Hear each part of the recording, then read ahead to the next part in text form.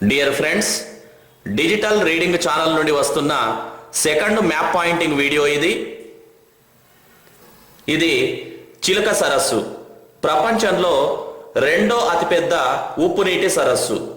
సుమారు 1000 చదరపు కిలోమీటర్ల విస్తీర్ణంలో బంగాళాఖాతాన్ని ఆనుకొని ఉంది.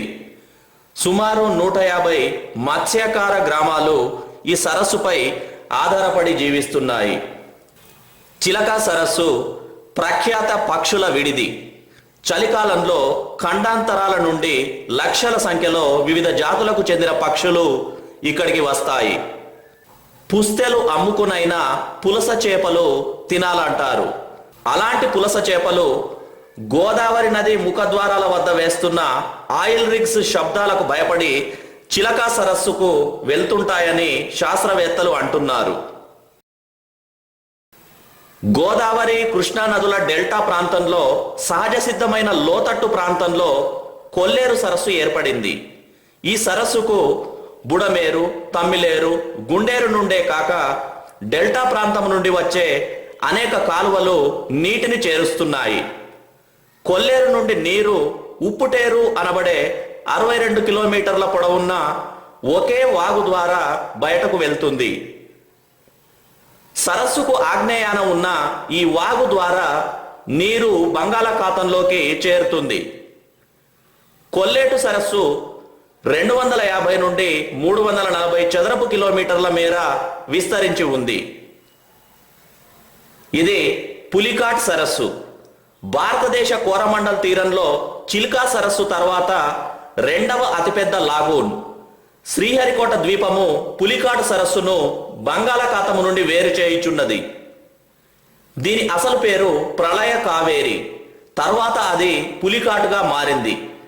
చిత్తూరు జిల్లాలోని శ్రీకాళహస్తికి 27 కిలోమీటర్ల దూరంలో ఉన్న చెరువు ఎన్నో జాతుల పక్షులకు ప్రకృతి సంపదకు నిలయం. ఇవి పూర్వాంచల్ పర్వతాలు. హిమాలయాలు తూర్పు వైపుగా విస్తరిస్తూ హెయిర్ పిన్ బెండ్ తీసుకొని దక్షిణం వైపుగా తిరుగుతూ భారతదేశానికి తూర్పు సరిహద్దుగా ఉన్నాయి. భారతదేశ భౌతిక స్వరూపాలు ప్రధానంగా 4. హిమాలయ పర్వతాలు, వాటికి దక్షిణంగా గంగా సింధు మైదానం, తర్వాత ఇక్కడ ద్వీపకల్ప పీఠభూమి. ఇవి తీర మైదానాలు. ద్వీపకల్ప పీఠభూమి ఇలా ఉంటుంది. ఇది మాల్వా పీఠభూమి. ఇది చోటా నాగ్పూర్ పీఠభూమి. ఇది దక్కన్ పీఠభూమి. ద్వీపకల్ప పీఠభూమి ఏటవాలుగా పశ్చిమము నుండి తూర్పు వైపుకు వాలి ఉంటుంది. అందుకే పశ్చిమ కనుమల్లో జన్మించిన నదులన్నీ తూర్పు వైపుకు ప్రవహిస్తాయి. హిమాలయాలు ఉత్తరం నుండి దక్షిణంగా విస్తరించిన కొద్దీ వీటి ఎత్తు తగ్గిపోతూ ఉంటుంది.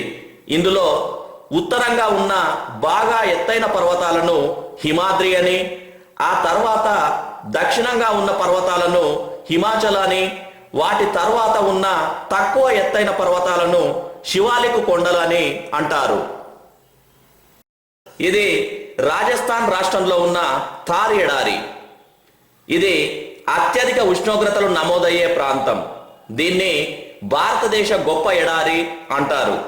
అయితే భారతదేశంలో రెండవ ఎడారిగా పిలువబడే ఇంకొక ప్రాంతం ఉంది. అది రాన్ ఆఫ్ కచ్ ప్రాంతం. దీనిని భారతదేశ రెండవ ఎడారి అంటారు. సముద్రపు ఉప్పు నీరు ఈ ప్రాంతంలోకి చొచ్చుకొని వచ్చి అది చిత్తడిగా నిరుపయోగంగా ఉంటుంది.